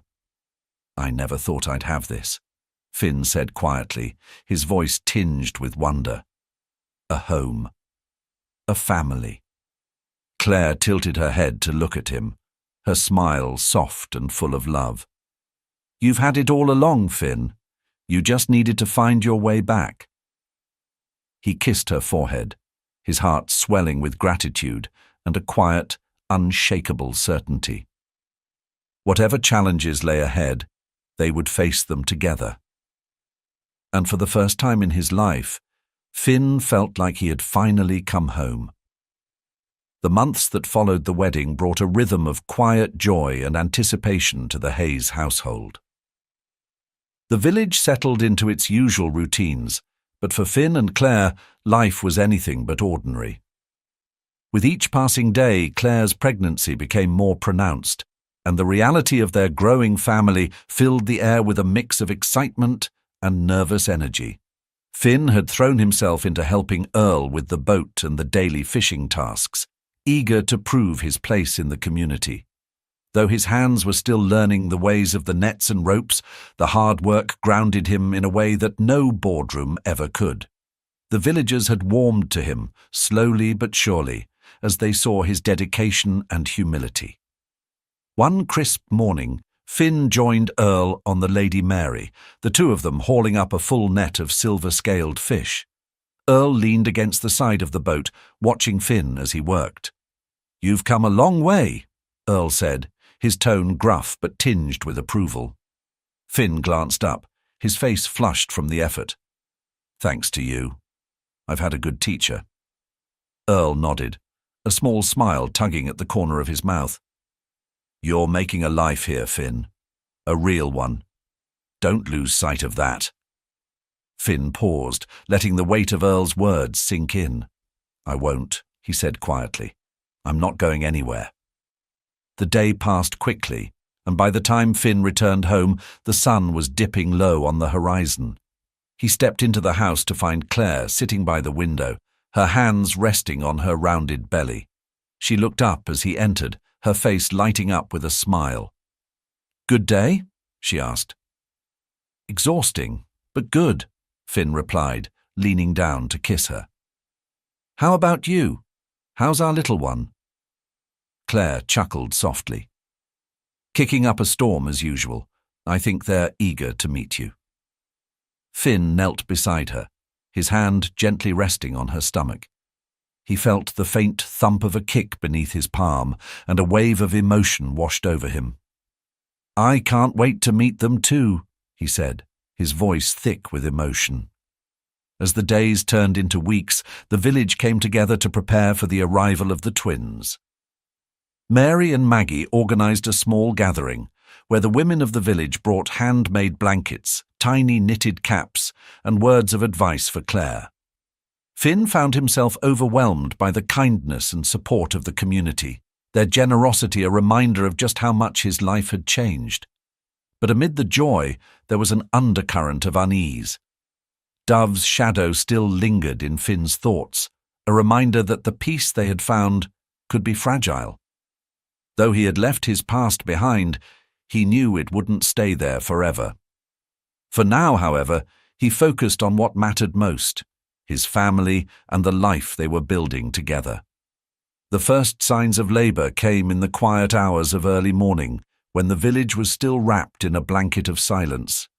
Claire woke with a sharp intake of breath, her hand instinctively gripping Finn's arm. He stirred immediately, his instincts honed by weeks of anticipation. "Claire?" Finn asked, his voice thick with sleep but tinged with concern. "What is it?" She winced, breathing through the contraction. "It's time," she managed to say, her voice steady despite the pain. Finn bolted upright, his heart pounding as adrenaline surged through him. He'd rehearsed this moment in his mind countless times, but now that it was here, the enormity of it left him momentarily frozen. Claire's calm gaze steadied him. "Go wake my mum," she said, her hand resting on his. "And get Maggie. We'll need her." Finn nodded quickly, throwing on his jacket as he moved to wake Mary and Earl. The household sprang into action, the once silent home now alive with movement and urgency. Mary immediately took charge, her experience and composure reassuring as she guided Claire through the early stages of labour. By the time Maggie arrived, the sun was beginning to rise, casting a soft golden glow over the village. She entered the house with her usual energy, though her eyes were sharp with focus. "All right," she said, clapping her hands together. "Let's do this. Claire, you've got this."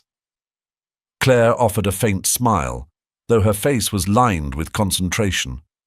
She leaned back against the pillows, her breaths coming in controlled bursts as another contraction gripped her. Finn sat beside her, his hand firmly in hers, his gaze never leaving her face. "You're doing great," he said softly, his voice steady despite the nervous energy coursing through him. "I'm right here." Hours passed, the ebb and flow of contractions marking the rhythm of the day. The village, sensing the momentous occasion, stayed respectfully quiet, offering their support from a distance. Finn caught glimpses of familiar faces outside the window, villagers passing by with hopeful glances and whispered words of encouragement. Finally, as the afternoon sun reached its peak, the sound of a baby's cry filled the room. The relief and joy in the air were palpable as Mary carefully placed the first twin, a healthy baby boy, into Claire's arms. Finn's eyes glistened as he leaned in, his hand trembling slightly as he touched the baby's tiny hand. "He's perfect," Finn whispered, his voice thick with emotion. But there was no time to linger as another contraction gripped Claire. Maggie and Mary worked quickly, guiding her through the delivery of the second twin. Minutes later, a second cry joined the first, and a baby girl was brought into the world, her presence completing the family they had longed for. Claire's exhaustion melted into a radiant smile as she cradled both babies, one in each arm. Finn sat beside her, his arms encircling all three of them as he pressed a kiss to her forehead. "You're incredible," he murmured. "They're incredible."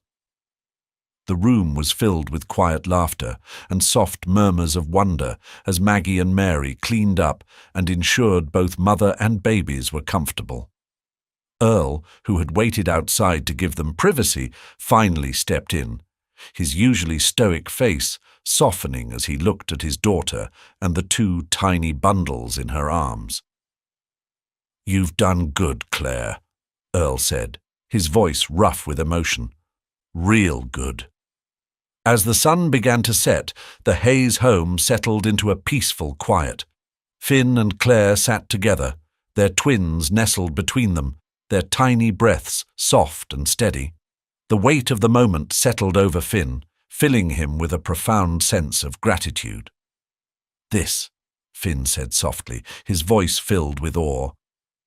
"This is everything I didn't know I was missing." Claire smiled, leaning her head against his shoulder. "And it's only the beginning," she said, her voice full of hope. Finn nodded, his gaze lingering on the sleeping faces of his children. For the first time in his life, he felt truly whole. Whatever challenges lay ahead, he knew they would face them together, as a family. The morning sun cast a golden glow over the village, its light dancing across the waves as the tide gently kissed the shore. Finn stood at the edge of the dock, his son cradled in one arm while his daughter rested against his chest in a sling. The salty breeze carried the familiar sounds of the fisherman's chatter and the soft hum of boats returning from the early morning haul. For the first time in years, Finn felt completely at peace, the chaos of his former life now a distant memory.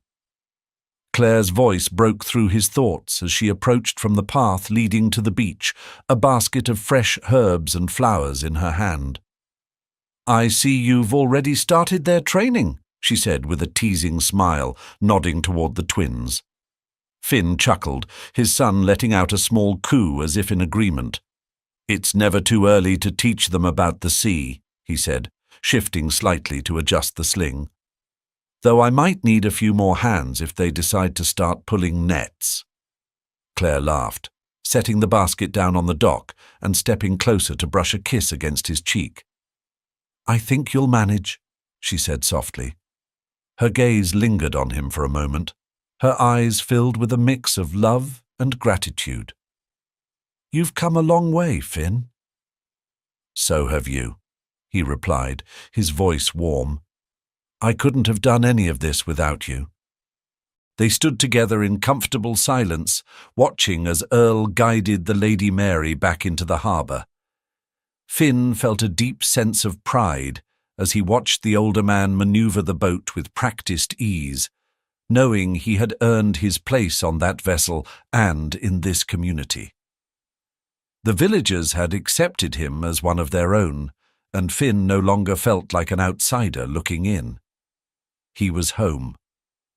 The sound of approaching footsteps drew their attention, and they turned to see Maggie making her way toward them with her usual energy.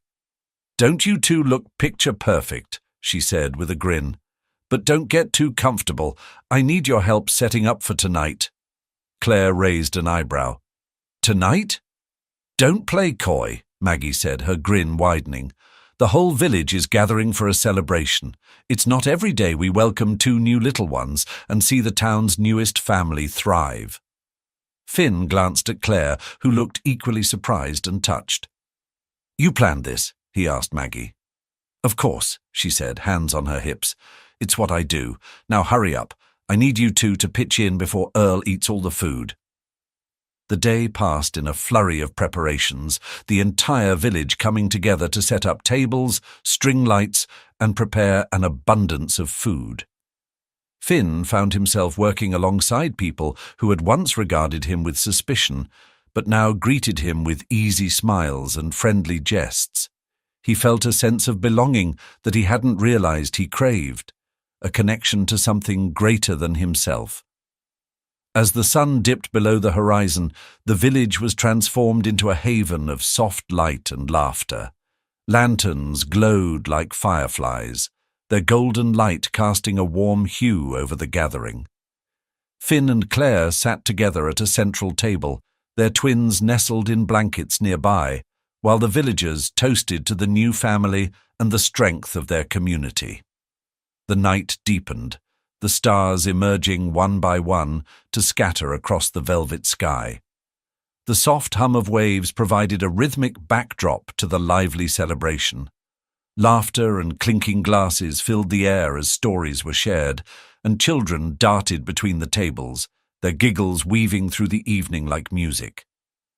Finn leaned back in his chair, his hand resting lightly over Claire's as they watched the scene unfold. Earl raised his glass from across the table, clearing his throat to draw attention. The crowd quieted, their faces turning toward him with anticipation. "I'm not much for speeches," he began, his deep voice carrying easily over the gathering. "But tonight, I reckon we've got something worth celebrating." He looked at Finn and Claire, his expression softening. This village has always been about family, about sticking together through calm seas and rough storms. And these two right here, he gestured to Finn and Claire, have shown us what it means to fight for something real, to find your place, no matter where you come from or what you've been through. The villagers murmured in agreement, their warm smiles reflecting Earl's sentiment. He raised his glass higher. To Finn and Claire, and to the future they're building, for themselves and for this village. "To Finn and Claire!" the crowd echoed, their voices filled with genuine affection. Finn felt a lump rise in his throat as he clinked his glass with Claire's, the moment carrying a weight he hadn't expected. These people, who had once been strangers, now felt like family. And for the first time, he truly believed he deserved to be part of something so genuine. Later, as the festivities began to wind down, Finn found himself standing at the edge of the beach, the cool sand beneath his feet and the sound of the waves filling his ears. Claire joined him, her arms wrapped around herself against the gentle breeze. "It's beautiful out here," she said, her voice soft. "Peaceful." Finn nodded, his gaze fixed on the horizon where the sea met the sky. "It is," he said, his voice filled with quiet wonder. "It's everything I didn't know I needed." Claire turned to him, her eyes searching his face. "Do you ever regret leaving your old life behind?" Finn considered the question, the memories of boardrooms, skyscrapers, and the constant chase for more flashing through his mind. But they felt distant now, like echoes of a story that no longer belonged to him. "Not for a second," he said firmly, meeting her gaze. "I had to lose all of that to find this, to find you." Claire smiled, her hand slipping into his. "And do you think we'll be okay, with everything that's ahead?" Finn squeezed her hand, his confidence unshakable. "We'll be more than okay. We've faced storms before, and we've come out stronger every time. Whatever comes next, we'll face it together." As they stood there, the stars reflected in the water and the village behind them glowing with warmth and life, Finn felt a deep sense of contentment. This was his future, rooted not in wealth or power, but in love, family, and community. And for the first time, he felt truly free. The sound of their twins stirring gently in the distance drew them back to the present. Claire laughed softly, tugging on his hand. "Come on, Dad. Your turn." Finn grinned, allowing himself to be led back toward the house where their children waited. The night stretched before them, filled with the promise of a life they would build together, a life shaped by love, resilience, and the unyielding strength of finding one's true home.